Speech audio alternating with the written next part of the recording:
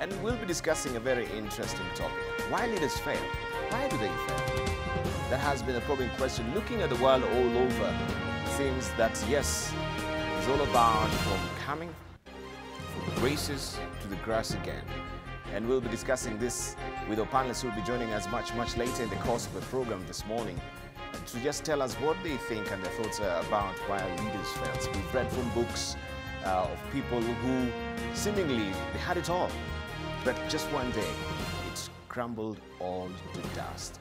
We know of Donald Trump, a paragon of excellence in business and of real estate world, files for bankruptcy. We know Richard Nixon, the 37th U.S. president, resigns the presidency over the Watergate scandals, and we have many of these. Jennifer Capriati, rising tennis star, enters a rehabilitation center for drug addicts. Jim Baker, renowned evangelist, is convicted of fraud. And in the recent past, we know of Nissan, and I can tell you of the list that is just frustratingly long. We shall be discussing this with our panelists much later in the course of the program. I want to introduce to you also this morning Mike Eldon, who is the chairman of KC University, also the founder and CEO of the Debarl. Good morning. Good to see you. Good morning. We meet this year. This is the first day. Good to be here. Good to see you. So what do you think about this topic today? I loved it. When you sent me the text yesterday, you saw what I replied. Good one. And I'm just wondering about Trump. Your statement that he was brilliant in real estate. Before people are seemingly that is what we had from the news and the books.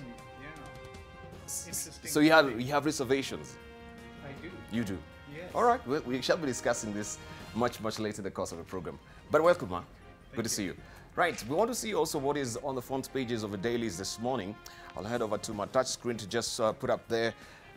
Daily Nation, which is what we will begin with this morning, to just see what is the headlining story there on the front page of the Daily Nation.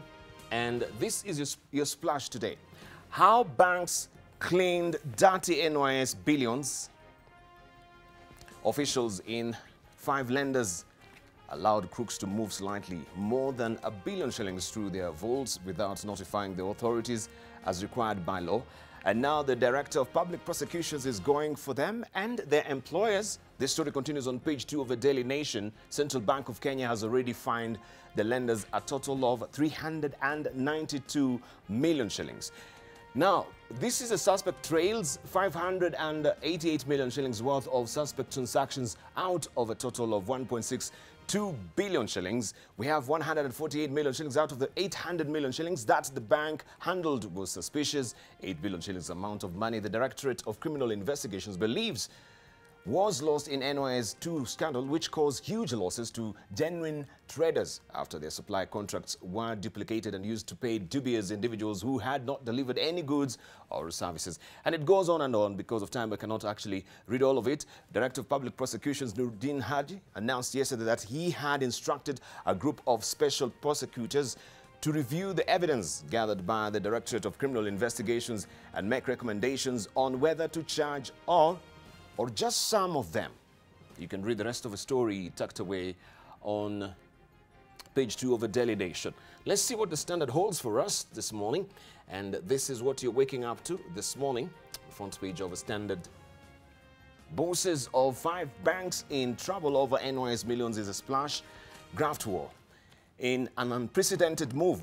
DCI boss George Kinoti wants Nuruddin Haji to charge chief executive officers of some of Kenya's top banks over billions lost in youth service scandal. This story continues on page 6 of the Standard this morning, and you can see some of the institutions here and how they process the billions. Standard Chartered Bank, 1.6 billion shillings suspect cash, 588 million shillings. CBK fine will be 77.5 million shillings. Kenya Commercial Bank, 800 million shillings. Suspect cash is 148.3 million shillings. 149.5 million shillings is the CBK fine. Equity Bank, 86 million shillings. 264 million shillings and $58,000. The fine by CBK will be 89.5 million shillings. Diamond Trust Bank, 164 million shillings. 27.9 million shillings is a suspect cash, 56 million shillings that fine by CBK and Cooperative Bank, 250 million shillings, 25 million shillings is a suspect cash, and CBK fine is 20 million shillings. That is what we have in the Standard. You can read the rest of these details on page 6 of the Standard this morning. Also, 51 street children dumped in Baringo Forest. Actions aged between 12 and 26 years, says officers told them Nakuru County government could take them to school but bundled them into some vehicles and drove off. This is what we have inside the Standard. Let's move on and we see what we have on page 8. Actually, this is on page 8, I should say. Let's see what we have on the front page of the Star. APRO over 80% law school failure rate is what is a splash today on the front page of the Star this morning. LSK to release report on mass failure by law students in 3 weeks. Students claim low marks is a scheme to raise money through exam receipts. Students claim low marks is a scheme to raise money through exam receipts. This story continues on page 6 of the Star. Uhuru to spend 2 trillion shillings on Big Four agenda. Details have emerged of President Kenyatta's strategy to secure his legacy, defining Big Four agenda. A Treasury dossier obtained yesterday by the Star outlined the government's plan to roll out multi-billion shillings or the multi-billion projects in only 4 years. You have the story on page 4 and 5 of the Star. And you can see President Uhuru here with Tshisekedi, keen on deepening trade ties. It says, my point, this is what the caption reads, Wiper leader Kalonzo Musyoka, DR Congo President Felix Tshisekedi and President Uhuru Kenyatta at Radisson Blu Hotel in Upper Hill yesterday. Let's see the People Daily, what it holds for us this morning. And this is your splash today on the front page of the People Daily as well. How banks aided 8 billion shillings NYS scam is a splash.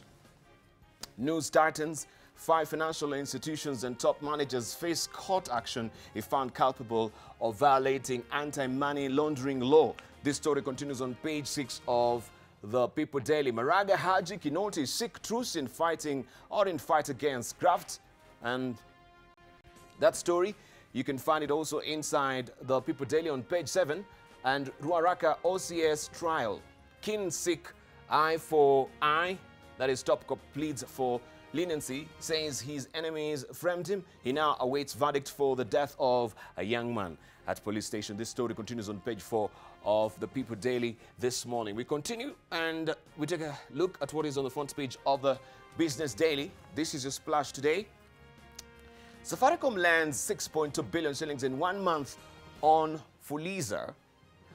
Rapid uptake of loans on new platform set to boost transactions income for the mobile phone company and its commercial bank partners CBA and KCB. This story continues on page 4 of the Business Daily this morning.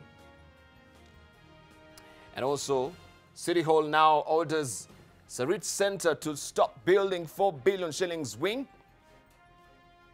Owners of Sarit Center shopping mall have been ordered to stop construction of its 4 billion shillings wing, which is said to have encroached on a public road, dealing a major blow to the expansion. Nairobi County issued the directive yesterday in a letter addressed to the management of the business complex, which is located in the Upper Market Westlands Shopping Center. That story continues on page 4 of the Business Daily. Also, VAT up 6% after petrol levy boost. Value-added tax collections increased at the fastest pace in the first 5 months of the financial year compared to other tax categories, indicating that the levy on petroleum that was effected in September is having a boost on the Treasury's coffers. This story continues on page 4 of the Business Daily this morning. We cross over now to, but let me show you what we do have also on the front page of the Taifa Leo before we head on to Tanzania. Raila Achwa Mpweke, that is what we have on the front page. Raila Achwa Mpweke, kinara wa ODM, abakia kutazama marafiki wake wakiendelea kuchaguliwa marais wa nchi zao. And you can see their faces here. We have Rais Magufuli, Rais Ramaphosa, Rais Tshisekedi, and Rais Ado. You can follow the story on page 2 of Taifa Leo this morning. In Tanzania, we have the Citizen, and this is what you're waking up to this morning. Conflicting reports over end of Mkpa's role in Burundi talks. Some reports have it that ex-President Mkpa has resigned as mediator in the inter-Burundi dialogue for failure by the EAC to support him. The latter maintains that his tenure has simply ended. This story continues on page 2 of the Citizen this morning. Let's see what we have on the front page of Mwananchi.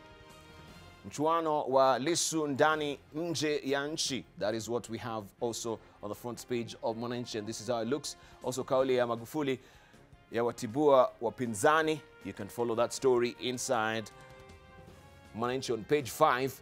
In Uganda, Daily Monitor is up next. My ministers sleep on the job. This is what Museveni is saying. Self-centered.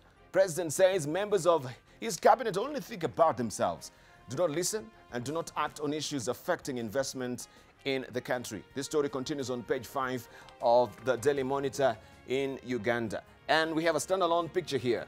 UPDF in Somalia treat locals. This is Uganda People's Defense Forces medical officer serving with the United Nations mission in Somalia, conducting a free medical checkup and treatment of a child in Mogadishu on Wednesday.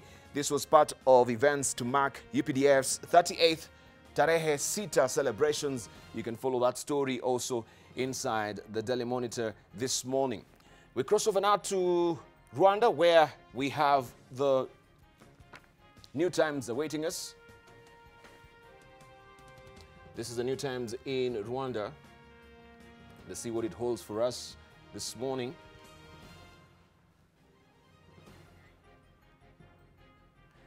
There we go. Okay. All right, the New Times is acting up a bit this morning. I'll try and move on, and we'll see what we have on the front page of other international dailies. We can go to the Wall Street Journal, and this is, of course, your latest.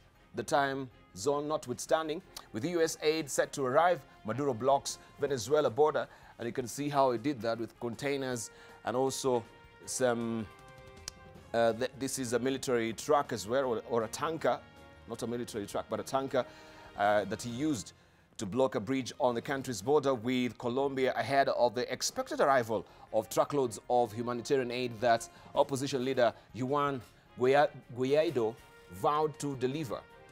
Also, top tech fund seeks to get bigger. That is another story that you want to follow. Crisis engulfs Virginia leaders. Second official says he wore blackface. Accuser presses claim against Lieutenant Governor. We'll give you the gritty details of this in our news bulletin momentarily. Also, company was told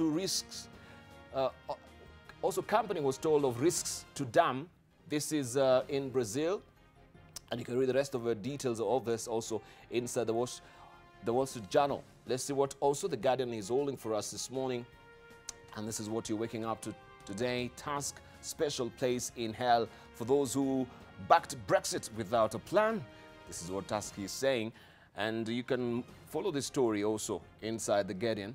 Global warming could pass 1.5 centigrades, that is degrees centigrades, within 5 years. This is a warning. Global warming could temporarily hit 1.5 C above pre-industrial levels for the first time between now and 2023. According to a long-term forecast by the Met Office, meteorologists said there was a 10% chance of a year in which the average temperature rise hits 1.5 degrees centigrade, which is the lowest of the two Paris agreements target set for the end of the century. U.S. government scientists also confirmed yesterday that temperatures in 2018 were the fourth warmest on record, adding to a stretch of 5 years that are now the hottest period since modern measurements began. You can read the story also on page 2 of The Guardian. Also, Stansted 15 spared jail over deportation protest. All 15 activists convicted of terrorism-related offense of chaining themselves around an immigration removal flight at Stansted Airport have been spared prison after a judge accepted they were motivated by genuine reasons. This story continues on page 5 of The Guardian in the UK. Also, we have the Washington Post. That is, VA Attorney General says he also wore blackface right? This is a scandal that has come to affect Virginia. Some of the public officials there who are affected, and you can read the rest of the story inside the Washington Post as well. Negotiators feel their way toward border deal, with funding certain to be less than Trump asks. His support is unclear. You can read this piece by Erica Warner, John Wagner, Mike D. Bonis, and Ellis Vivek inside the Washington Post. A quick look at other international dailies as well. The Political, if you've not really gotten the latest edition, this is it. Negotiators border deal within sight. Deal makers have just over a week to reach an agreement before federal funding runs out. This is on the front page of the Political. Also, Biden woos Capitol Hill ahead of 2020 decision. It says the former vice president is looking to lock down establishment support as he nears a decision on presidential run. This story continues on page 11 of the Political also. And House Intel votes to send witness transcripts to Mueller. You can read the rest of his story also inside the latest edition of the Political. We do have also the latest of The Economist. The battle for Venezuela. If you've not grabbed a copy, you can do so. Actually, this ends today. This was February the 2nd to the 8th. And this is the battle for Venezuela. And you can see the opposition leader who now he's actually getting endorsement internationally as the president of Venezuela right now. And of course, we have Maduro's taking special umbrage on that as well. And finally, let's see what we have on the editorial cartoons this morning, what our cartoonists have drawn for us. This is what Victor has drawn inside the daily, inside the Star today.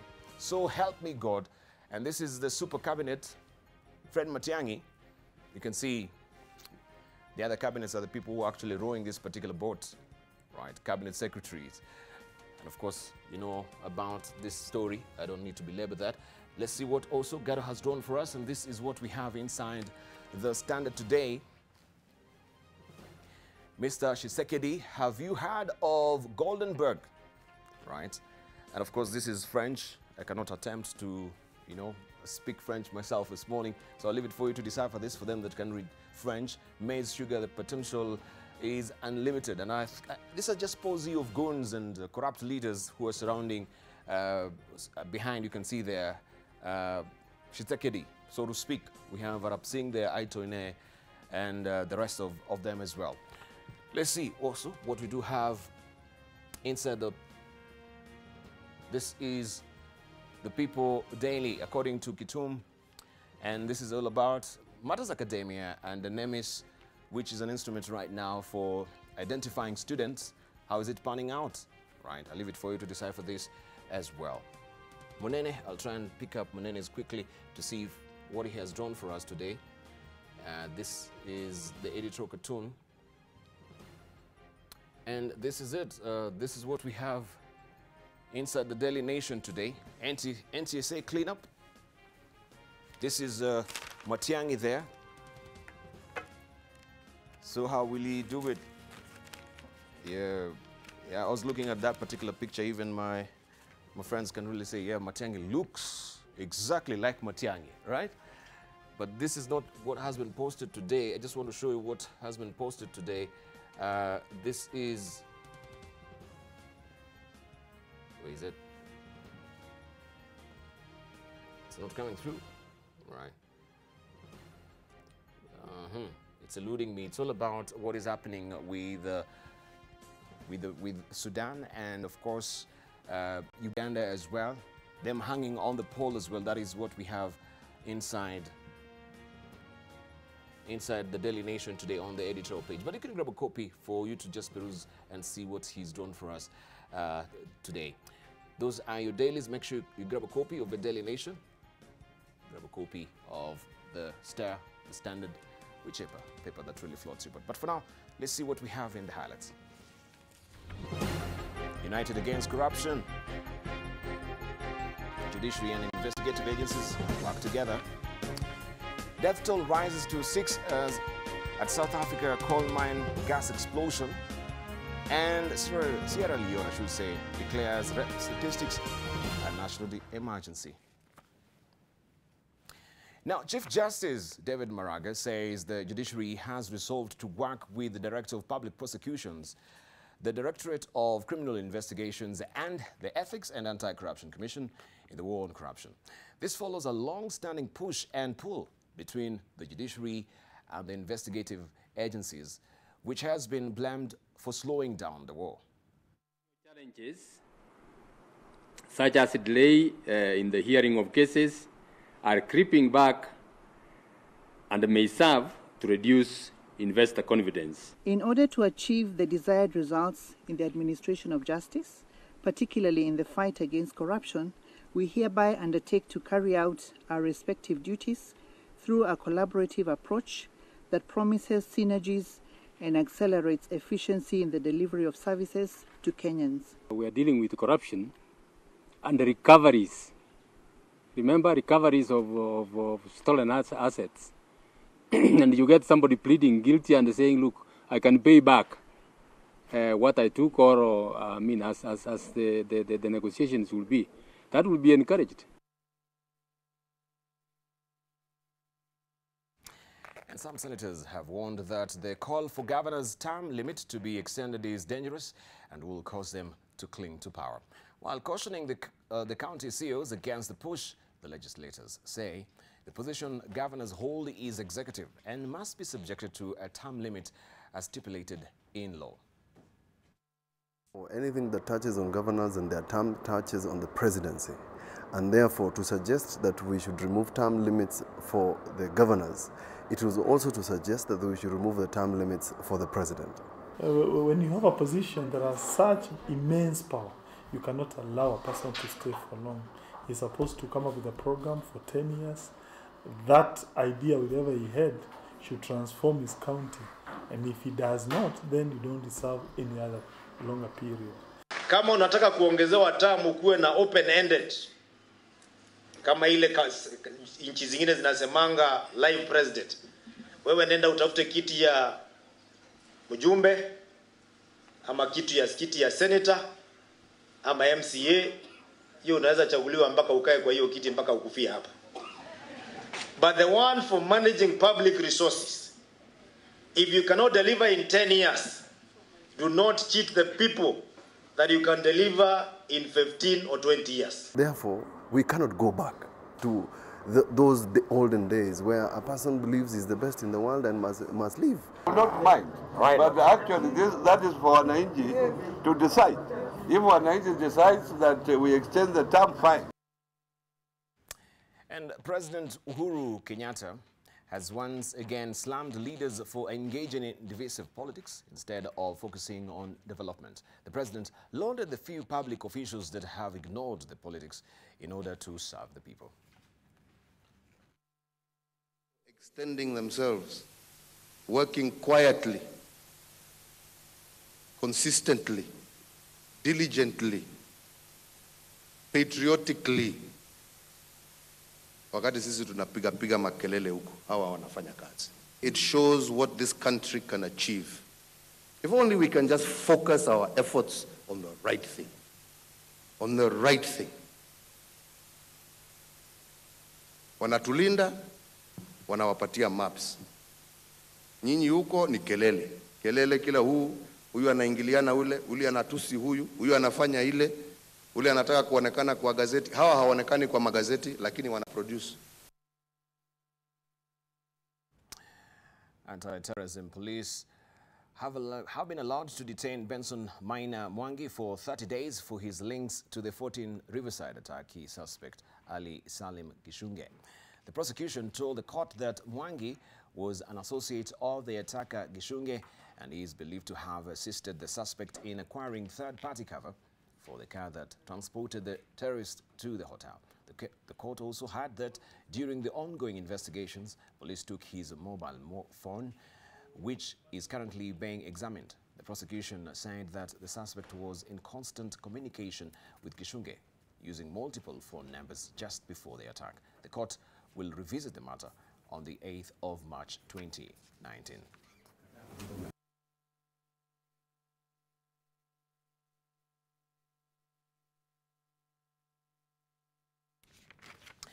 An audit carried out on 3 former Kenya power officials on disappearance of original documents has revealed that they are not responsible for purchasing substandard transformers from Moa Trading Company. The court had that former company secretary Beatrice Mogeni, former head of supply chain John Moshere and Ruth Oyile were not the custodians of the tender documents sought by the DCI. The witness testified that the accused departments never dealt with procurement of the items. He says that the company has several interns who might have mixed up or misplaced the correct documents. The trio are on trial alongside former managing director Kent Rus over controversial tenders in which over 409 million shillings was lost. Just hold on, but there's something that you have raised. Yes. So in the future, let us finish something. So we will not be objecting to it. Just hold on, but there's something that you have raised. Yes. So in the future, let us finish something and move on. Concerning transformers that is going on. Yes. And President Uhuru Kenyatta has directed the Kenya Revenue Authority, the Commission on Revenue Allocation, the National Treasury and the Council of Governors to form a multi-agency team to deliver a single robust revenue collection system. This is in a bid to widen the country's revenue base and seal the loopholes for wastage of public funds.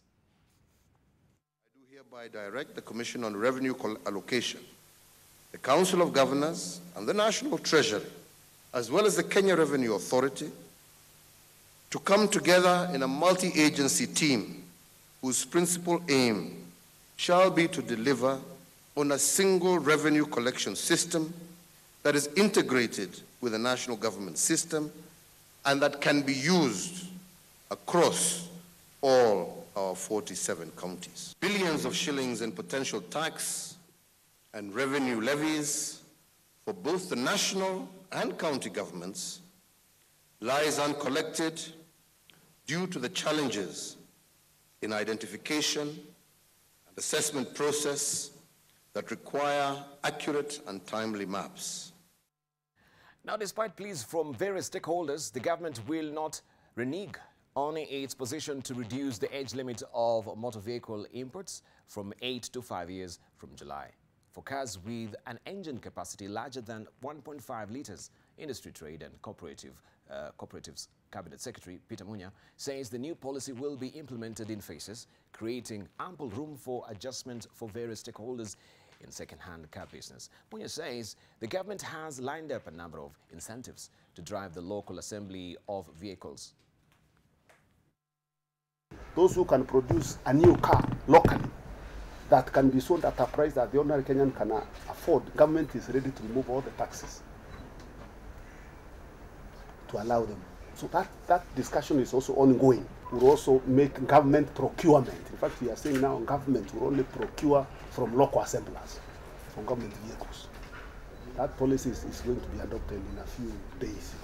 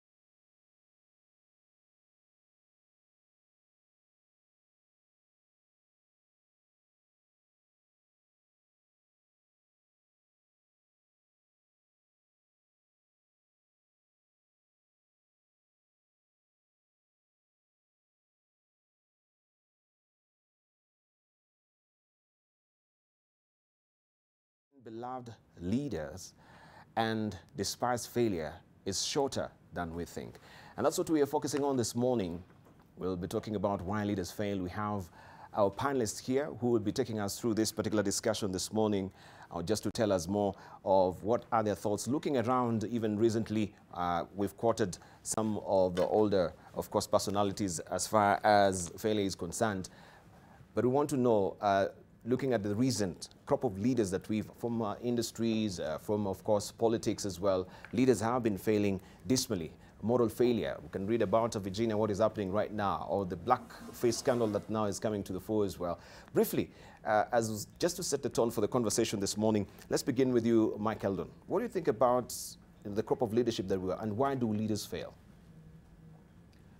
My first thought when I heard about the topic was that we have to divide this by sector. So elected leaders is very different from a high-tech startup, for instance. And with elected leaders or senior civil servants in government, they're so constrained by protocol and bureaucracy and stuff that it's almost too hard to succeed. Opposition in the public eye, quiet new startup, a very different environment, there are different risks there. So my first thought was, what it takes to succeed in one place, you will do very badly in another place. And the challenge for success, I think, is to make sure that whoever you are and what you have to offer is aligned with the right sort of environment for you. Yes. I don't think I'd be very good as a politician. You would. All right, let's hear from Professor Dominic Mwenja, who is the CEO of Mater Hospital. Good morning. Good morning, Debarl. When I heard about this topic, one of the things I started thinking about is, as a leader, the different traits of leadership that I've taken from running a university in the US, running a business in the US, running businesses here, and now running a hospital. There are some cross-cutting issues that every leader has to face, whether you're in the public eye, you're in the private companies, public companies, and some of those you cannot escape, regardless of where you are. Issues of integrity, issues of always being the captain of the team, issues of the clarity of vision in everything that you're doing as a leader, issues of arrogance as a leader, because some people get to power and they forgot, sometimes they forget what took them there. Issues of focusing on politics, and especially in corporate politics, because I've been corporate all my life, and forgetting about the reason why you took over the position that you've taken as a leader. Yes. All those things combined with some leaders' inability to adapt to change between organizations, between different realities of different sectors, yes, also lead to failure. Issues of not having a clear understanding of yourself as a leader, taking a self-inventory of yourself. Yes. So that as you understand yourself, then you understand your strengths, your weaknesses as a leader, and then try to work on those weaknesses you have as a person and as a leader. Issues of failure to communicate and not having proper communication skills with your staff at all levels.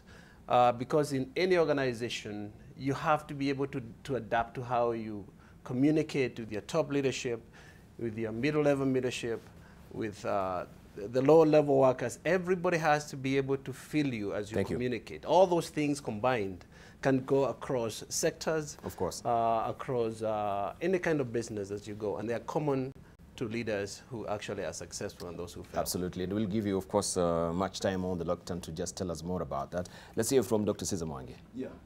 Thank you very much. Good morning, Kenyans. When you talk of failure, the one thing I want to distinguish is there's what I call the internal perspective of failure, where that failure could be because of you as a leader. Yes. And there is the external perspective of failure, which could be due factors beyond your control. I think failure, which is due to you as a leader, is what I would call true failure.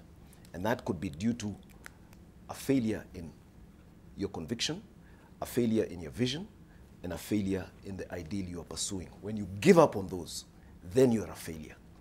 But those are the factors beyond you, which may be the environment, the enemies around you who want to bring you down. Thank you. I wouldn't say there's a failure there. Thank you. All right. Dr. Wale Akinyemi. I think just like Prof said, there are a lot of reasons, but I think at the top of it is what I call the arrogance of success. I believe that the greatest threat to success is success itself. I guess I'll talk more about that. Much later. Yeah. Right. Let's also hear from Engineer Fred Nabanga. Good morning. Good morning, Debarl. Leadership, the first thing that comes to mind would be, first, at the moment, there's no universal agreement on what leadership is. So yes, perspectives will come, and there'll be views about whether one has done well or failed as a leader. But if I was to reduce it to what probably is most currently thought as leadership, using Joe Maxwell as a reference, his view being that leadership is what counts performance, and then thinking about failure in that perspective, then leadership will fail when the level of ability brought to the table by the person in the position of leadership cannot take the group's performance to the targets that they were intended in the first place. Then that would be failure. Of course, there are many factors which are at play, as has been mentioned by our panelists, and I think that will be elaborated later. Right, thank you very much. Okay, I want to give you this opportunity because you're stuffed for time, and we want to hear from you. And we want also a lot of time to sit down and listen. I'll take some of the salient points that you'll have raised from the lectern for us to discuss. I want just to run you by some of the ground rules that we have here. Many of you are here, maybe for the benefit of Engineer Fred Nabanga. Yellow and red card, this is just for, make us to manage time. So when you see me raising the yellow card, just know you're halfway in your delivery or maybe of your presentation or the speech. And the red card is just to warn you, yes, that you're just about to wind up or your time is just about up, so you should be winding up. And then I have a bell, I'll toll it when you go overboard. So don't get flustered when you see the yellow card. Just know that, yeah, you have some few more minutes for you to continue. We want to begin. Also remember, you have your mic tethered to the seat there, right? So when you stand up, just remember to remove it because it might trip you up. But you have another mic there on the lectern. But for mic, I think you have a lapel there, so you don't have to remove your mic. You can just walk. Yeah, that one is not really tethered. And we'll begin with you, Mike Eldon. Mike Eldon is the chair of KCA University, also the founder of the depot, and he'll be talking to us this morning about, of course, what I've been saying this morning, why leaders fail. That is the topic of the day. He's walking over to the lectern. Mike, you have 5 minutes, beginning now. Thank you, Debarl, and good morning, everyone. When Debarl told me about the theme of today in a text yesterday at about 5, 6 o'clock, I liked it. I was in a meeting with a good friend of mine, James Foster, who's been a very interesting leader. He's 90 years old now. So I said, James, I've got a meeting coming up this evening. I won't have much time to prepare. You tell me, why do leaders fail? He says, Mike, it's because they do not get the support from the appointing authority. That's interesting, I said. So I started wondering with James, why I don't get, if I'm that leader who's failing, why I'm not getting the support from the authority. And it's interesting that in today's paper, Jane Maruri, in her column on HR, is sent a question from a reader asking, what happens when my boss starts ignoring me? What do I do?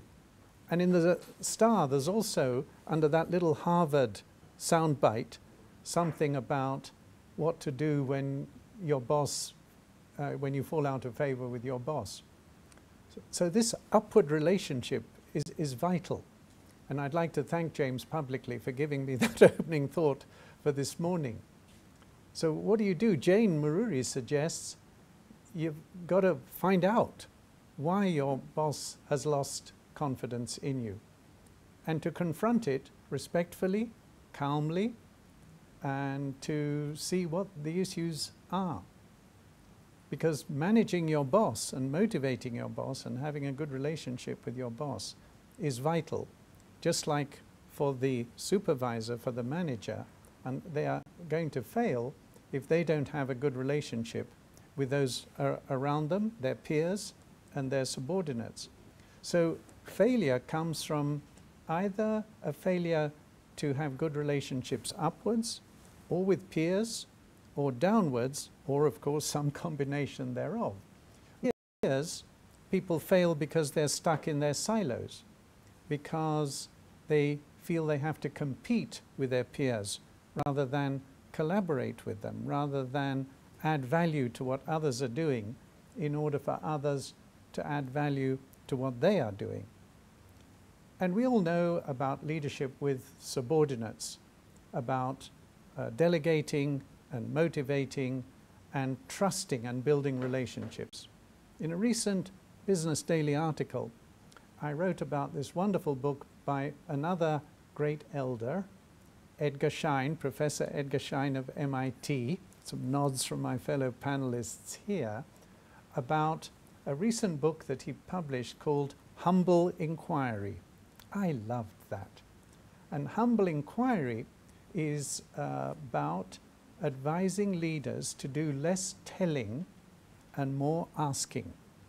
And asking in a humble, genuine way in order to show that you are not a know-it-all, that you do want to find out what is happening at other levels, just like we've been hearing in some of the earlier comments today.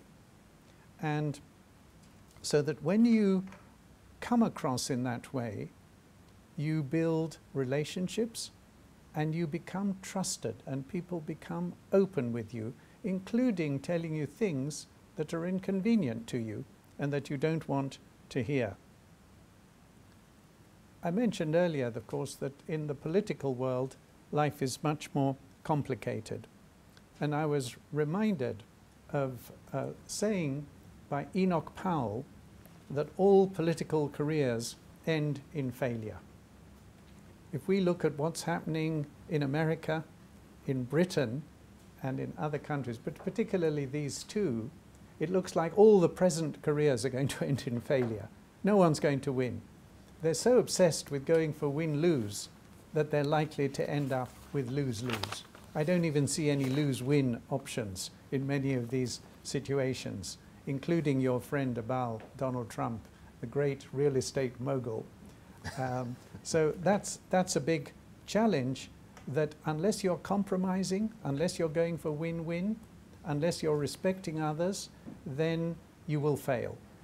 And if you go for these short-term victories, it will result either in the people over whom you gain these victories withdrawing, and so you don't have their energy available, or in seeking revenge, which politicians always do, and so you won't be able to succeed. The final point I will make is this importance for leaders to be able to be good not only at the vision, but at the execution, and not only to have the technical skills, but the non-technical ones. And too often leaders have come up through some technical route as accountants or marketers or lawyers or whatever it is, and they have not understood the equal significance of the interpersonal skills on how to deal with people, how to deal with conflict, how to motivate and empower people. And when you lack those, and you lack the emotional intelligence to be building these relationships, then you will fail. So emotional intelligence is always at the center of what I talk about in my life as a consultant and as a director. And most people fail because of the absence of emotional intelligence, whatever their level of technical expertise. Thank you, Mike Eldon. Right, and of course we shall be talking to him much later in that regard as well, when he's giving us these good points on what actually he said this morning, especially on emotional intelligence that I've picked up at the tail end of it. Absence of it also leads to leading or prominent leaders also failing. We want to speak to, or we want to hear from Dominic Mwenja. Dominic Mwenja is an educationist, an entrepreneur, and a consultant for over 28 years in the United States, Asia, and Africa. He also had a doctorate in business administration with a specialization in strategic management from Alliance International University in San Diego, California, an MBA and BSBA in business administration from Murray State University in Murray, Kentucky, USA. He's currently the CEO of Mater Hospital. So you've got 5 minutes. Thank you, Debarl, and good morning, Kenyans. When Debarl called me yesterday and talked about this, one of the things that I started reflecting upon is the journey I've taken as an individual in my responsibility as a leader. And as I reflected on the things that I've gone through, and I do agree with Mike and my friend here, the issue of the environment within which a leader is operating is extremely important, whether it's supportive to that person's success, whether it frustrates that person's success is extremely important. Now, let me talk about that environment that is supportive and that leader is either going to succeed or fail. And I'll give you some pointers on this. When leaders become selfish and they become power hungry and they forget why they're in that place in the first place, that's one of the first things that lead to failure. The second point is when the leaders stop becoming the captain of the ship. An organization is like a bus and you are the driver as a leader. You have to have the right people sitting on the right seats in the bus and also the right people in the bus. When there is no clarity of vision by the leader as the captain, when you stop feeding people forward, there's a concept that a good friend of mine, Marshall Goldsmith, promotes in forward, feeding people forward instead of feeding people backwards. When you fail to manage relationship as a leader, most chances of failure are very high. When you get greedy and fail to delegate downwards, you end up burning out as a leader. And it does happen where you put too much on yourself, you don't delegate. And that sometimes when that happens, it leads to what I call organizational indigestion. And what does that mean? That means your team may not have the capacity to digest all the activities that you're pushing downwards. And therefore, as a leader, you have to understand the capacity of your people. Otherwise, they're going to fail you. When you become arrogant as a leader, sometimes the power that comes with the position gets to a leader's head and you become arrogant. That will lead to failure. Like I said earlier, when you focus too much on the politics of the organization itself, you forget to perform as an individual. You forget about the need that you're serving in your organization as a leader. So that is extremely important for a person in leadership. When you forget to give enough criticism to your people, tough love, I call it, the people that you're leading, when there are shortcomings, you have to be firm. And by being firm does not mean that you be mean or arrogant. You just have to have that firmness to the people and hold them accountable. When you fail to adapt as a leader, then you are bound to fail. Then, lastly, when you fail to become someone who understands yourself, you have to understand your strength, your weaknesses as a leader. You have to do what we call self-inventory of yourself. I'll give an example when I talk about leadership to a good old American president of the 90s, Bill Clinton. When you think about Bill Clinton, and I ask people what comes to mind, It's just one incident that happened at State House. And that's failure for self-inventory, that you know your weaknesses as a leader. You have to be proactive as a leader, not reactive. That allows you to say things a little bit ahead of you, and the importance of actually communicating to your people. Most of all, what I call pathological personality traits, you know, the egos and all those things that define you as an individual. When you don't understand them and you let them come between you and your people, you're most likely going to fail as a leader. Slow decision making is also a problem that most leaders have, and those are also a part of the environment within which within the organization, the culture. That's why when Mike was talking about Edgar Schein, I remember his book on the philosophy of corporate culture, which was a Bible for me when I was teaching corporate culture. That's some of the things that he looked at, a personal reflection of yourself as a leader.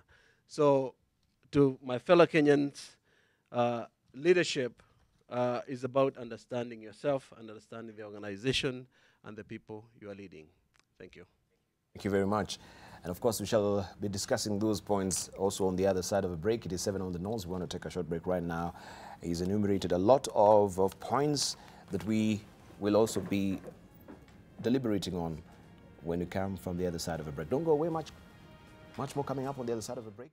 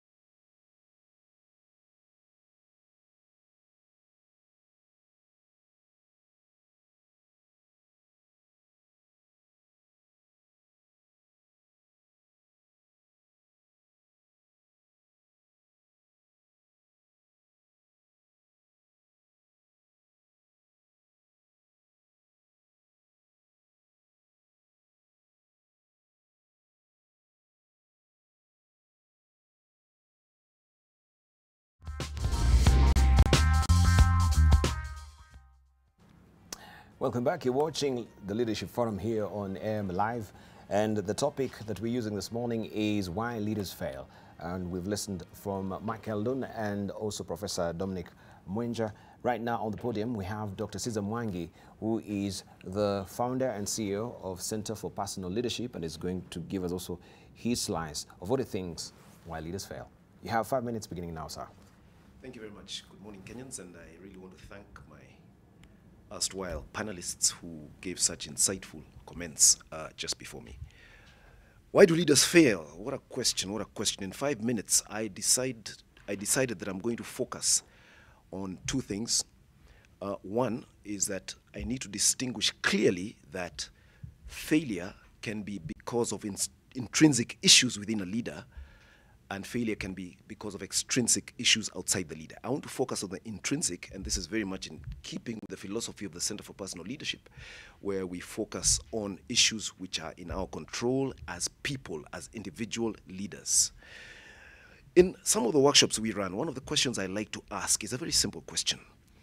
And I'll ask that question to the Kenyans today. Whom do you think is a great leader in your view? Who is a great leader in your view? And think about the whole world and think about Kenya. In your view, who is a great leader? And I have got several answers to this question over the years, and I just want to mention 5 of the leaders who keep coming up. One of them is Mahatma Gandhi, the great Indian leader who struggled for the emancipation of the Indian people and the freedom of the Indians from the British rule. The second one is our very own Wangari Maathai, who we all know struggled for a great environment. Our very own Mr. John Michuki, the late, who struggled for the public sector and public transport system. I also get to hear of Martin Luther King as one of the great leaders, again, a man who fought for equality. And I also get to hear a lot about Nelson Mandela, a man who stood out in terms of a struggle for equality of the people of South Africa. Now, this is by all means a very good group of people who can be called great leaders. Now, we can only understand failure if we understand why they succeeded. And their success has been brought down to 2 things consistently. The first thing is, one, they had an ideal. They had an ideal in their mind. They had an ideal which I call a deep conviction. They had a compelling vision of where they wanted to go and where they wanted to take their people. That's the ideal. And so we have to be very clear that if we are to understand failure, we've got to understand the issue of having an ideal. And the second point, which is so critical, which consistently comes up, after having an ideal, they never gave up on their ideal. I think those are the 2 things that I want to focus on when we talk of why a leader fails. Leaders fail because, 1, they lack an ideal. And 2, if they have an ideal, they give up on the ideal. And I suspect the reason why many leaders don't have an ideal is because they do not know what is an ideal. So I'm going to very quickly mention what is an ideal. Most leaders, unfortunately, have something I call an objective. My objective is to get that seat, is to be a minister, is to be a president, is to be a member of parliament. Whatever the case is, we all have objectives. And objectives are not bad. They are good in themselves. But they are not enough. Getting a position is not an ideal. It is just a stepping stone, possibly to an ideal. So many leaders do not understand the difference between an ideal and an objective. And I suggest that they need to be very clear about that. So, an ideal is bigger than an objective. And when we are to define an ideal, we can go and again say an ideal is bigger than us. An ideal is usually noble. An ideal is usually beautiful. An ideal is usually worth living for, and if necessary, it is worth dying for. Among the 5 people mentioned there are some of them who died for their ideals. Martin Luther King died at the tender age of 39 for his ideal. Mahatma Gandhi was assassinated for his ideals, etc. So it implies that also an ideal impacts many others very positively. It is the only raw material for a worthwhile legacy. An objective is not a raw material for a worthwhile legacy, but an ideal is a raw material for a worthwhile legacy. It continues to live beyond your life. It rests on the solid foundation of a good character. And it also rests on the solid foundation of a good heart that has love for others and wants the good for all others. That is what an ideal is all about. And I think failure only happens when we don't realize that we have to live for something bigger than us. I want to narrow my conversation to the challenge to leaders, to think about the question, why are you leading? What is your ideal? What is your conviction? What legacy do you plan to leave? And if you cannot answer those questions, you are simply focused on an objective, you have got a position, and perhaps you are being driven by selfish interests. You're being driven by your instincts for a little bit more greed, a little bit more power, a little bit more of self-gratification. And if that is what is driving you, then my dear friend, you're a failed leader. Thank you very much. Thank you. Thank you, Dr. Caesar. Lack of an ideal, and what is an ideal? He says it's bigger. An ideal is bigger than objective. Ideal is a raw material for a worthwhile goal. He says that also these ideals rest on a good foundation of character. So we shall be also slicing and deliberating on this much more on the other side of the conversation after we're done with the lecterns deliveries, that is the speeches that we've been given this morning. Up next we have Dr. Wali, who's on the podium right now, and Dr. Wali, you have 5 minutes beginning now. Thank you. Good morning, Kenyans. Why do leaders fail? A lot has been said, but I want to touch on a few issues. Number one, Prof talked about a gentleman called Marshall Goldsmith, who wrote an excellent book called What Got You Here Won't Get You There. And I think that's a book every leader needs to read, because one of the reasons that leaders fail is because they lose relevance. We need to understand there is a big difference between intelligence and relevance. There is nothing like once intelligent, always intelligent. If your intelligence is not providing value, then that intelligence is worthless. And a lot of people, what gets you the job is your intelligence. But what keeps you at the top is your ability to solve problems. And if you're not constantly developing yourself, you'll find out that you're going to lose relevance. And once you lose relevance, you've lost leadership, because leadership at the end of the day is relevance. I've always said my father was a medical doctor, and I always made fun of him. I said, look, if you're using if you're treating people in 2018, 2019, the same way you treated people were treated in 1966 when you graduated from school, you'll be a serial killer, because everything has changed. And a leader that does not adapt to what is changing will find themselves irrelevant. So the internal changes in a person must be faster than the changes going on outside. That is what makes them a leader. Another thing that causes leaders to fail is what I call the arrogance of success, where you get to a point, yes, I am successful as an individual, we are successful as an organization, and then you stop listening. You're disconnected from the people you are leading. You're disconnected from everyone that could help you. That's when you begin to look at the people that could have helped you, and you begin to fight anybody that has an opposing view. And we have this very, very mediocre approach a lot in the African continent, where any opposing view is seen as antagonistic. We are not open to thoughts that are against what we are saying, and that's not, leaders will fail that way, because when you look at the hierarchy of an organization, for instance, the view from the top is always different from the view at the bottom. The view at the bottom is largely emotional. The view at the top is strategic. Now, the great leader is the leader that's able to blend the emotional with the strategic and make sense out of it. And so that's another reason, this whole concept of arrogance. And like I said, we stop listening, the leader becomes insecure, very, very insecure. So not able to, you're not growing the people under you because you don't. I was in a company the other day, and there is a very weak level 2. Why? Because the people at level 1 are intimidated and threatened by the power, the potential power of people at level 2 if you grow them. Because basically, leadership is the ability to develop your successor. If that's not happening, then we have a problem, because success without a successor at the end of the day is failure. So arrogance of success. Another thing is capacity. Leadership is the ability to deliver. And the fact that you had capacity for the assignment a few years ago does not mean you still have the capacity today, because the realities of our world are changing faster than we can say Jack Robinson.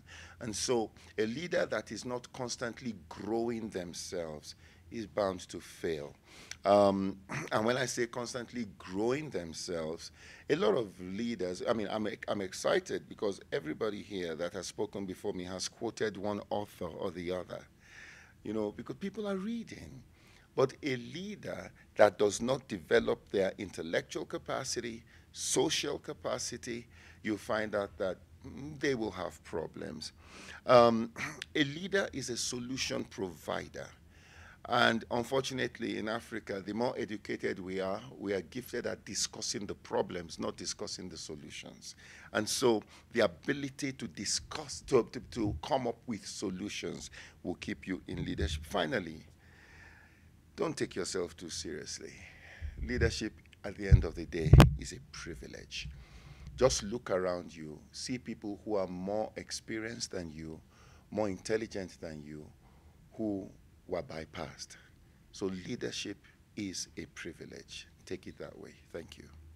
Thank you, Dr. Wale. Leadership is a privilege. Don't take yourself seriously, right?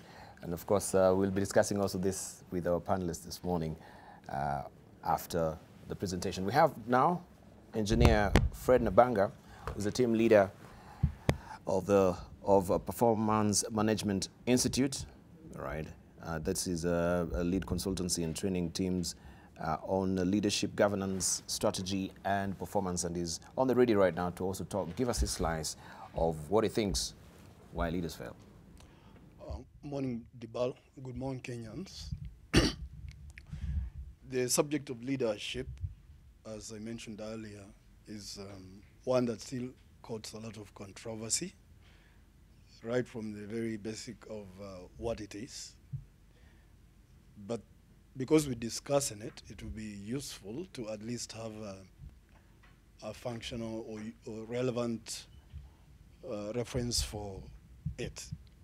I would like to go by the basis that leadership is more towards the situational, because of what has already been discussed. The speed of change is such that what may be appropriate as leadership yesterday will probably not be relevant by today evening. So I'll go by the definition that vision, mission, and values will be the basic underpinning of what leadership is. And in focusing on those, I would reduce them to the fact that when you are clear about your vision, your mission, and values, then leadership becomes a 3-variable equation. And the 3 variables will be that in leadership, it is important to be clear about the direction that the group that you stand for is going. In leadership, you would have to be up to the task of providing or facilitating the provision of information to the same group. And yes, it is true that the 3rd variable will be solving problems. So leadership, as far as I can see it, will be the 3 variables: direction, information, and problem solving working together. So a leader would fail if they either miss the direction or do not have the ability to mobilize the group to choose the right direction to go in. That already will be failure. And even if they succeed in getting the right direction, if the leader does not have the necessary initiative to cause the group or himself or herself to provide appropriate information to proceed in that direction, he would already have failed. And when they go on that journey, obviously there will be challenges. Call them problems. If the leader does not empower the group to be able to solve those problems and proceed, he has failed. That would be my understanding. What does that mean? When a group is in motion, there will be 4 elements in the group, in the situation. There's a leader, the group that is being led, the environment, and the task that they're carrying. If there's no balance between those 4, the ability of the leader, the makeup of the group, the environment in which they are operating, and the task that they should carry, that is just a recipe for failure again. So in many situations, leaders simply fail because they don't get the balance between those 4 elements in a situation that they would be expected to provide leadership. Following up on that would be the fact that most of us are familiar with certain styles that leaders adopt, and they use them irrespective of the changing situations. For example, autocratic leadership would be very good in a situation where the group is dependent on the leader in a large way.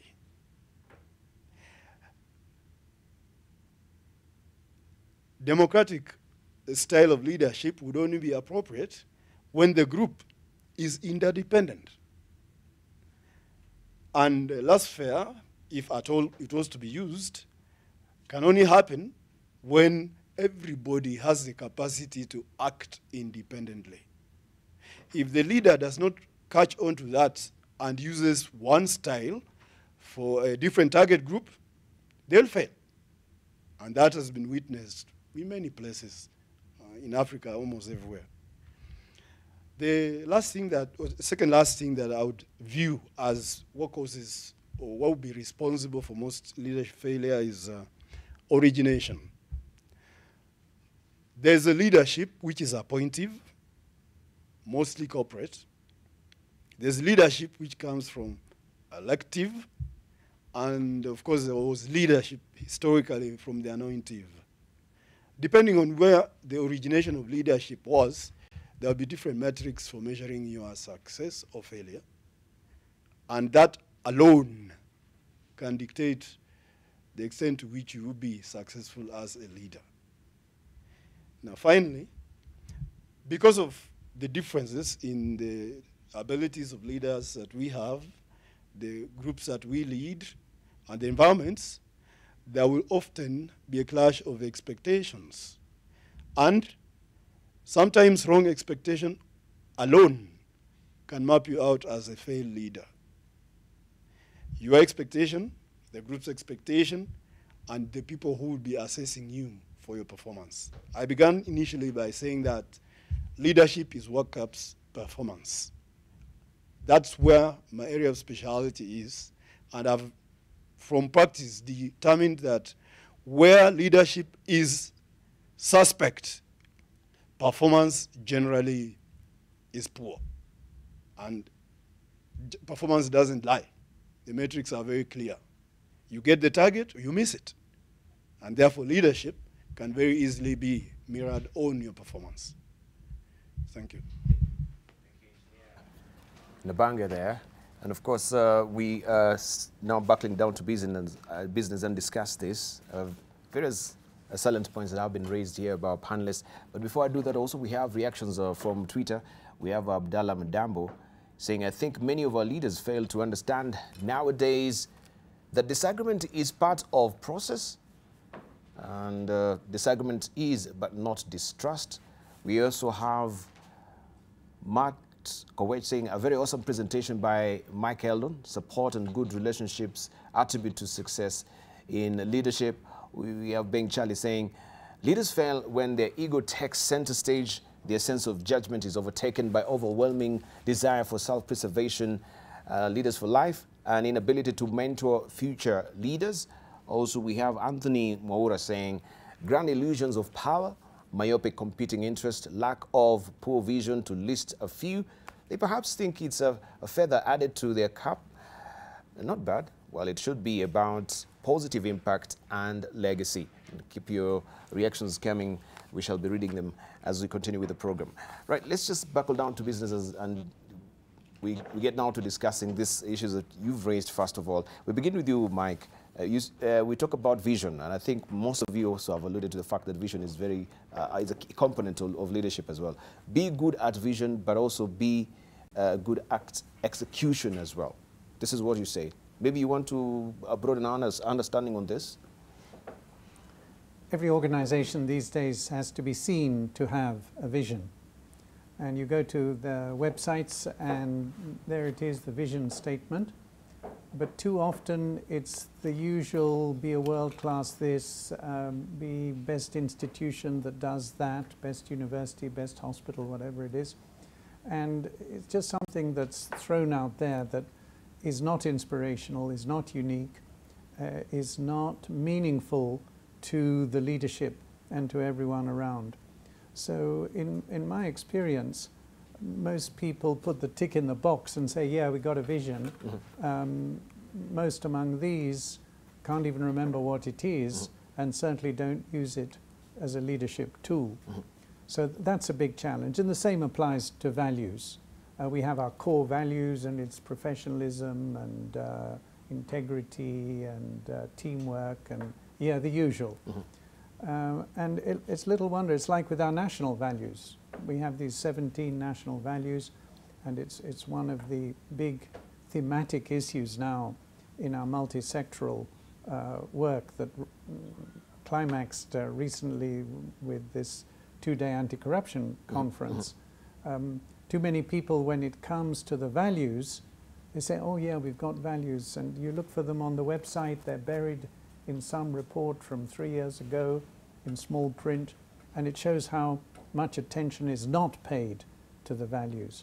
So these are the big challenges at that level, how to bring these to life. And typically it's because they're wordy statements, they're cliche platitude statements, not punchy, memorable and unique to you. But of course it's not enough to have these, you must also have with them the execution. Yes. And my favorite book on this one is a recent one of these books that's a fable by John Cotter and his colleague. John Cotter is the guru of change management, and it's called That's Not the Way We Do Things Around Here, and it's about these 2 meerkat colonies in the Kalahari Desert, one of which is very good at the systems and processes and the execution, but doesn't have the vision and the agility and the flexibility needed for the contemporary world. And the other one is a startup meerkat colony that has the latter but without the former. And the point of the book is that it's not enough to have one or the other. You've got to have both at all levels, from the startup to the mature organization, and to focus as much on the management aspects of execution as on the leadership aspect of vision and values. Vision and values. Right, and clarity of vision also was a key component of your speech as well, Professor Dominica Mwenja. Will you also broaden understanding on this? Clarity of vision, stop becoming captain of a or when you stop becoming the captain of a ship also is when now you start to derail. Also you lose the clarity of vision. Maybe you can also broaden our understanding on that. Thank you, Debarl. Any organization has and should have a clear vision of why it exists and where it's headed. When that vision is blurred, then you start to lose sight of where the organization is headed. With the clarity of vision, you being the captain of the ship, you have to have studied the waters. You have to know exactly where the organization is headed. And then the people that you have on the ship with yourself, or on the bus, like I say, have to have the same mindset as you do. And being in a position of leadership, meaning that, one, you have to develop the people that you have within the organization itself. And that's why I like quoting Marshall Goldsmith on what got you here won't get you there. Every person in the organization is successful up to a certain point, including the leaders themselves. But that where you want to go, you need that something extra to get you there. And that's why Marshall says, you are successful up to here, but how do you get to the next level? From both organizational capacity, the human capacity, and the leadership capacity as well. All those three have to go together. And that's why I said sometimes you as a leader may have such a big vision of where you want to go, and your people are not prepared for that journey to take with you. That leads to what I call organizational indigestion. You have to build capacity within your organization to allow you to actually execute your strategies. One of the bigger problems we have in many organizations is our inability to execute our strategies. In terms of getting the implementation of the strategies, because sometimes you don't have the capacity within the individuals and within the organization itself. But once you understand that, it becomes easy for you to really execute and implement the strategies they have put together as an organization. Your ability to delegate as a leader downwards is extremely important. But if the people you're delegating to do not have the capacity for the amount of work and the activities you're giving them, you're going to ultimately fail. And that is something we are not able to do in many organizations, where we need to capacitate the people who are below us so that the things that we are giving them to do, to accomplish, they are able to do that. The other thing that I mentioned, Debarl, is our inability sometimes as leaders to give what I call tough love. You have set standards, you have set objectives for each of your employees. If you don't hold them accountable without the arrogance that Dr. was talking about, if you don't hold them accountable, then you're going to fail as a leader.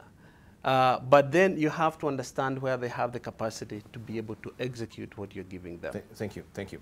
Maybe also I shall pick up an editorial cartoon before we come to you. This is what we have today in the Daily Nation, drawn by Munene. I'd shown you earlier a different one, but this is actually the one which is published. We can see there what is happening to Sudan, right? Mike, if you may just put up so that they can actually see on the other monitor there. We cannot clearly see what is actually ahead of us because of cameras. And you can see President Museveni hanging on the flag over there. Also Bashir is really hanging on the flag. And these are the people who are pulling down this particular flag. The protest that has been going on in Sudan. Where can we apply discernment when we know that you as a leader, you need to be very discerning and you read the time or the season that you're in as a leader? You should be reflective. People do not really want me. And these protests are persisting. They're pulling me down. There you go. We have it's very clear over there. Let's hear Dr. Cesar Mwangi. Yeah. Just comment on that particular cartoon in light of why leaders fail. Yeah. In fact, this is a classic example of possibly leaders who started off with an ideal, but along the way they lost that ideal, and now they're sticking to the objective of clinging on to power. And the reason people lose their ideal is that their ego comes in the way, often, because you can see clearly here, they're not reading the signs of the times. Their time is up. Museveni did a fantastic job to liberate Uganda. He had an ideal as a young man. Yes. And he did that very well. But his time is up. He needs to move on. He has created his legacy, but now he's destroying it by trying to cling on to the flagpole as we see there. El-Bashir, the same case, the same situation. And we need to focus on the intrinsic element of the individual. Those are things going on in their minds. I mentioned earlier when I made my presentation, leadership rests on the foundation of a good character and a heart with some love in it. Love for the people, not love for the self. And here we're seeing a focus on the self. And I think that's the biggest problem that comes in and derails leadership. And so we can now call them failures because of what they're doing, despite them having been very good in the past. Yeah. Can I just add, it's not just ego. Yeah. It's got to the stage that they worry about ending up in jail. Or at best, getting a soft landing in exile, like they're trying in Venezuela. Right, so it's survival now. It's survival. So they're being driven by fear. Yeah, yeah. But fear from their actions. All right. Dr. Wale, we can see also President Museveni is hanging over there on the flagpole. And if we may also look at what is headlining today's Daily Monitor, if Mike may just pick up on it as well from the touchscreen, we can see he's saying, my ministers, sleep on the job. This is what Museveni is saying. We talked of clarity of vision. Where are we actually castigating or maybe raising accusatory fingers? Do you think this is a problem of a leadership or is a problem of the ministers? Is there a dissonance? I think it's a combination of what Prof said and what my brother here said. It's all about performance. And it's either you have it or you don't have it. And if we tolerate mediocrity as leaders, then we have ourselves to blame. We cannot blame people. The buck stops with me. You know, but another thing I want to highlight is I think it's important we know there's a difference between being a leader and being an office holder. The fact that you're an office holder does not necessarily mean you are a leader, because true leaders, you find out that, like Doc said, it's from within. And if you're not a leader before you get into the office, I'm wondering, does the office have the capacity to make a leader out of you? You know, and that's why you find out that across this continent, we've placed a lot of emphasis on management, but not on leadership. And so, very crucially, in that case of what we just saw, you see somebody, like Caesar said, who started well, but again, what I said, he's lost relevance. And you lose relevance because you've lost the capacity to do this. Your intelligence is no more adding value in the society today. So society has grown faster than you. And unfortunately, you may not realize it. So you hold on to it. Another thing why they hold on to it is because it's a mental illness. In your head, they cannot see how they can live a life that is comparable to what they were living when they were in office. And I said to everybody, study Jimmy Carter. Carter said his life had more relevance when he left the White House. You know, so don't look at the office as this is what makes my life. You make the office, and that's why when you look at it, the importance of an office very often rises or falls with the capacity of the person holding that office. So when some people are in office, everybody talks about it. You know, and when some people are in office, you ask, who is the... Yeah, let me wrap it up there. Okay. Let's hear from engineer. We had also Fred Matiang'i, admittedly, for the first time ever in this country, I've had a leader say, the buck stops with me. And I accept a responsibility, of course, because of misperformance of the NTSA board. And now we're actually coming up with another board. And from now, moving forward, there will be no apologies for this. But now someone is acting. Is this a good also gesture of a leader, you know, accepting responsibility, even if you're not the one who actually has done, you know, the wrong in the first place, but you assume responsibility? Thank you. First, kudos to my namesake, Dr. Fred Matiang'i. I hope that the Fred factor keeps him going.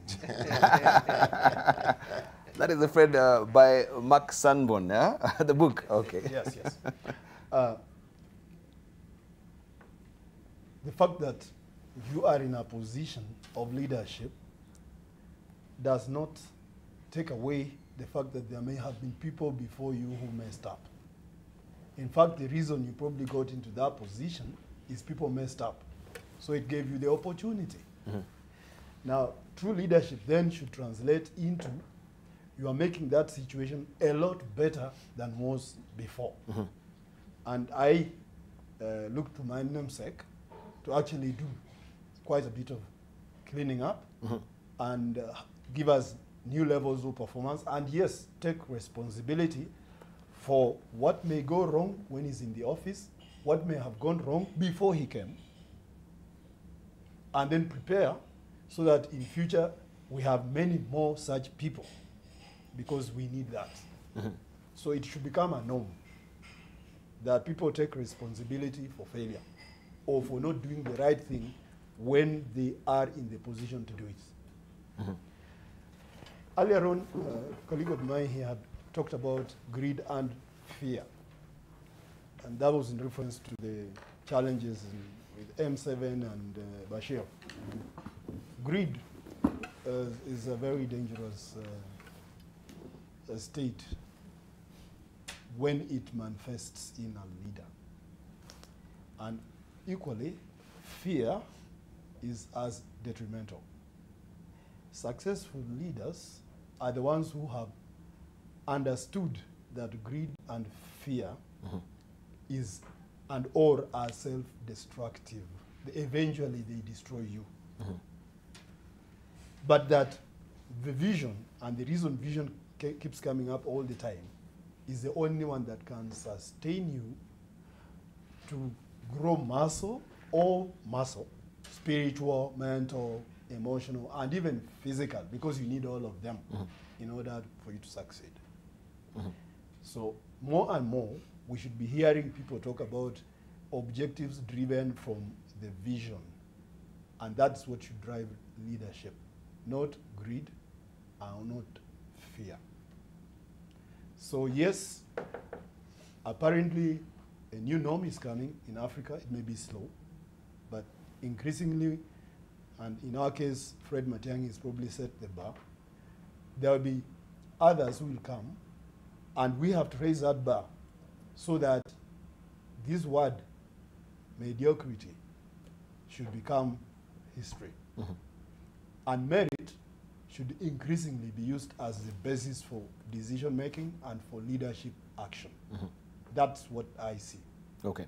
All right. We have this editorial cartoon, of course, of Fred Matiang'i, and you've alluded to some of the leadership styles that we've talked about. Autocratic, there's also situational leadership, there's democratic, and people have been questioning the style of leadership of Fred Matiang'i. What is it? That, yeah, you have it delivered, but at what cost? It's sort of a foot on the neck management that is being exhibited by his leadership. Look at this editorial cartoon. So we have all these ministers who are actually rowing this particular boat. He's a super minister. So help me God. And there has been a frosty relationship. The president had to come and intervene as well when they were supposed to be having a meeting. None of them also, some of them were no-show to this particular meeting. When you have a change which is so drastic, and maybe people are not really prepared for change, then how do you handle that situation in light of his style of management and in light of how this also, the whole scenario was introduced by the president? Makeldon.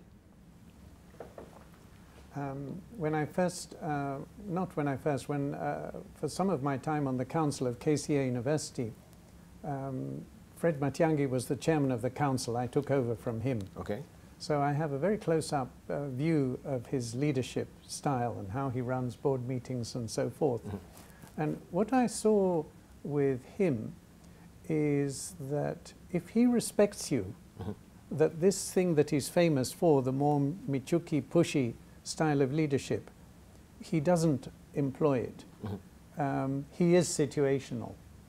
And he'll converse, he'll listen, he's open to be influenced.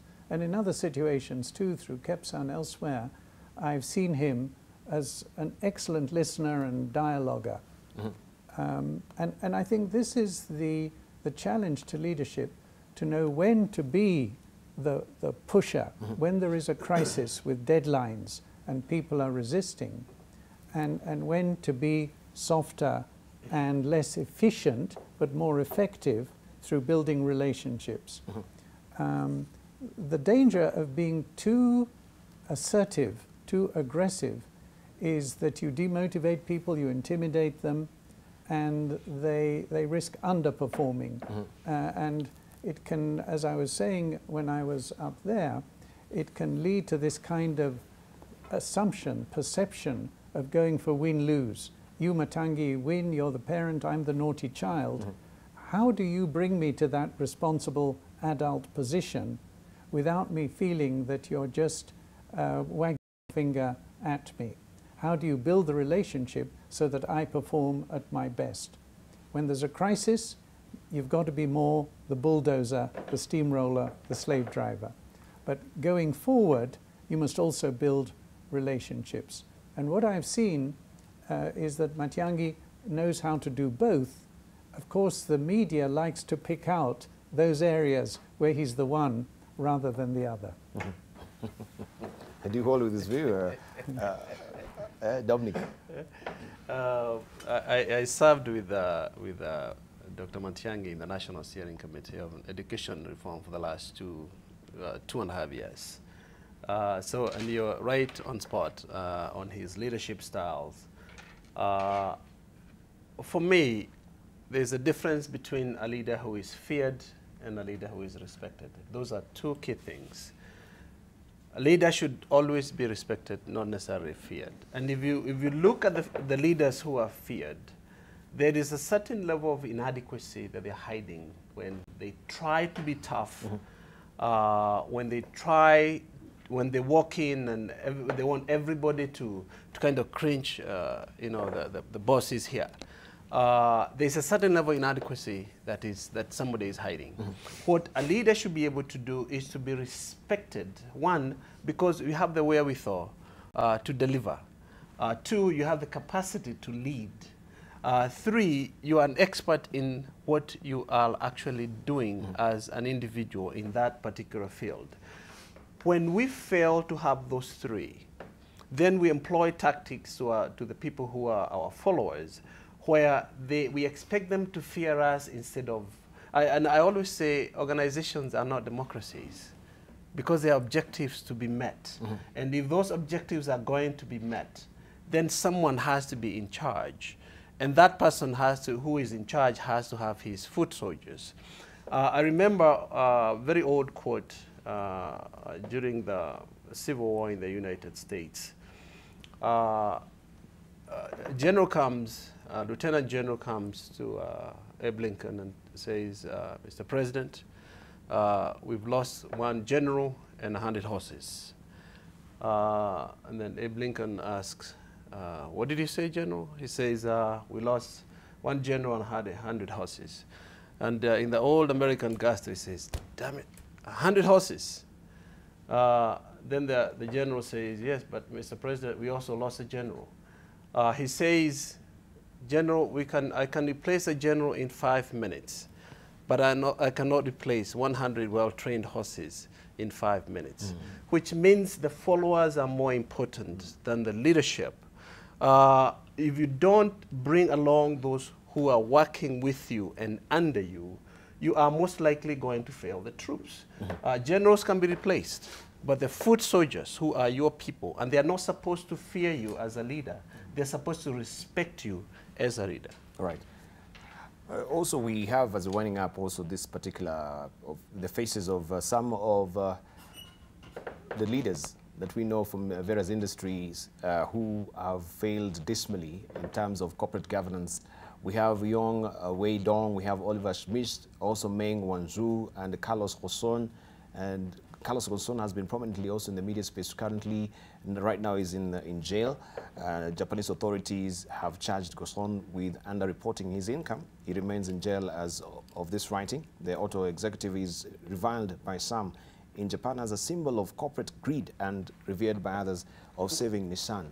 From where he was until today, from grass, from grace to grass, this will be the epitome of leaders who have failed, but they've managed to turn the corporates around, from the brink of collapse. Dr. Cesar Mwangi, just briefly on this as we're winding up, and Dr. Wale, any of you can pick up on this. It doesn't have to go sequentially.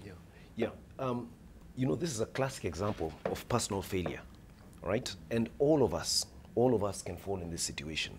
Any leader can fall in this situation. In fact, there's a beautiful book written by, I forget the gentleman, but he says, we should all have an objective in whatever we're doing to finish strong, okay? To finish strong means to resist the ambushes of money, for men to resist the ambushes of other women, for example, because those are the things that bring you down. And we've got to resist them and be very aware of those ambushes that are around us and resist them. So if we find we're in a situation which we might get compromised, we should have the ability to identify it very clearly and move away from it, because it's a danger place. And I think some of these characters, they may be very good business leaders, but at some point they fell for an ambush. And because we're all human beings, we can all fall for that ambush. So we've got to be alert all the time to avoid that ambush and lead to that kind of failure. Yeah. All right. When you look at that, it didn't happen overnight. When we see things like that, it is the climax of things that have been going on, but nobody was paying attention to. And I think a leader gets himself in a very precarious position when you surround yourself with everybody, with only people who agree with you. I think it's very healthy to have people who are loyal in their heart, and they are loyal enough to tell you when you're drowning. So you had actually talked of the arrogance of success. Yeah. Was any of this arrogant? Yeah? I think it all is. Engineer, let's hear from you, Fanny. I just go back to Dr. Matiang's story and say this. We must accept the fact that for the foreseeable future, we will have largely democratic and autocratic leadership because we are in development and at some speed. And for us to achieve the targets that we are hoping to, there is going to be a lot of pain, and that will be by autocracy. And there will be a lot of gain, and that's when democracy can be practical for us. So for a while, we'll have to do with the push of autocracy and the dialogue of democracy. Okay. Now back to the leaders who have failed. My take on this is a leader fails or succeeds if they keep tabs on the time to come, the time to do or be, and the time to go. Many leaders miss those targets. They do not know when to go. They overstay their welcome and therefore become irrelevant, and no doubt that must be interpreted as failure. Thank you.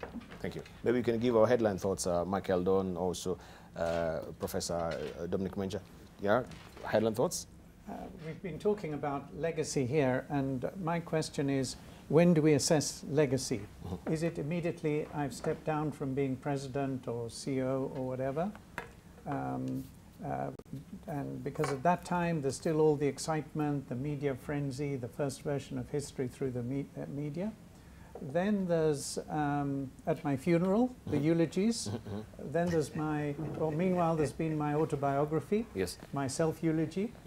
And then there's the assessment 30 years down the line. And these assessments of success v failure can transform radically. Yes. I'd just like to conclude with a wonderful quote of self-knowledge that's again in The Sun today. Yes. Peter the Great from the 18th century. "It is my great desire to reform my subjects, and yet I am ashamed to confess that I am unable to reform myself." Isn't that wonderful? No wonder he was Peter the Great. Thank you. Professor Dominic, 30 seconds. That's very true. That's about self-inventory of yourself. For me, it's just a parting word on the issue of NTSA, and I'm hoping because this has been taken over by now Dr. Matiang'i in his ministry.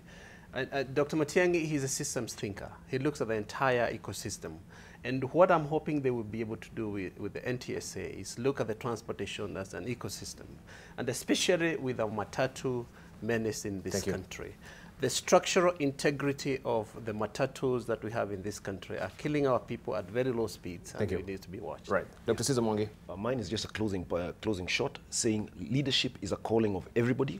We've been talking about people in positions, but we also have school teachers, we've got fathers, we've got mothers, we've got ordinary people. They are also called to leadership, and they've got to execute that leadership at the level where they are at and in their area of influence. I think we're all called to leadership, and we've got to focus on Dr. Wale. Just taking up on what Mike said, a legacy is how you want to be defined when you are no more there to defend yourself. And when you have that in mind, every decision of every day of your life is a building block to your legacy. Thank you. Right. Finally, Fred Nabanga, engineer. 30 seconds. Yes, at the end of the day, leadership is what will take us where we want to go. Because of that, everyone should understand it is the most important. No wonder there is a thinking that says the two most scarce resources in the world are not land, not water, not air, not money, but leadership and entrepreneurship. Thank you. Thank you. Thank you. Right, thank you very much, our panelists. We appreciate your input this morning, even as we're winding up. I really want to appreciate you for coming through and taking us through, of course, various facets of leadership and why they do fail. And I hope it's been exceedingly beneficial also for our viewers this morning as we're winding up. Also, let me just read one or two tweets. Bwana Director Mike, good leaders must make everybody in his organization a leader of himself so that employees of an organization will spear ahead their sections, and yours is to see how each sector is performing other than to oversee every part of the company, managing people who manage themselves. We have also got Luak Pal saying, I love the insight of a gentleman about the subject matter. Keep moving on. I'm learning more. Also, we have Jules Gary, because most of them have no purpose, but instead led by self-conflict. And also we have Paul Otieno Nyango saying very, very important for the environment. Also called organizational climate is a key for it, ends up defining the organizational culture. Right, I will be winding up with this particular touchscreen even as credits are rolling up. This is Humphreys quits today, the BBC journalist. I should have gone years ago, he says, right?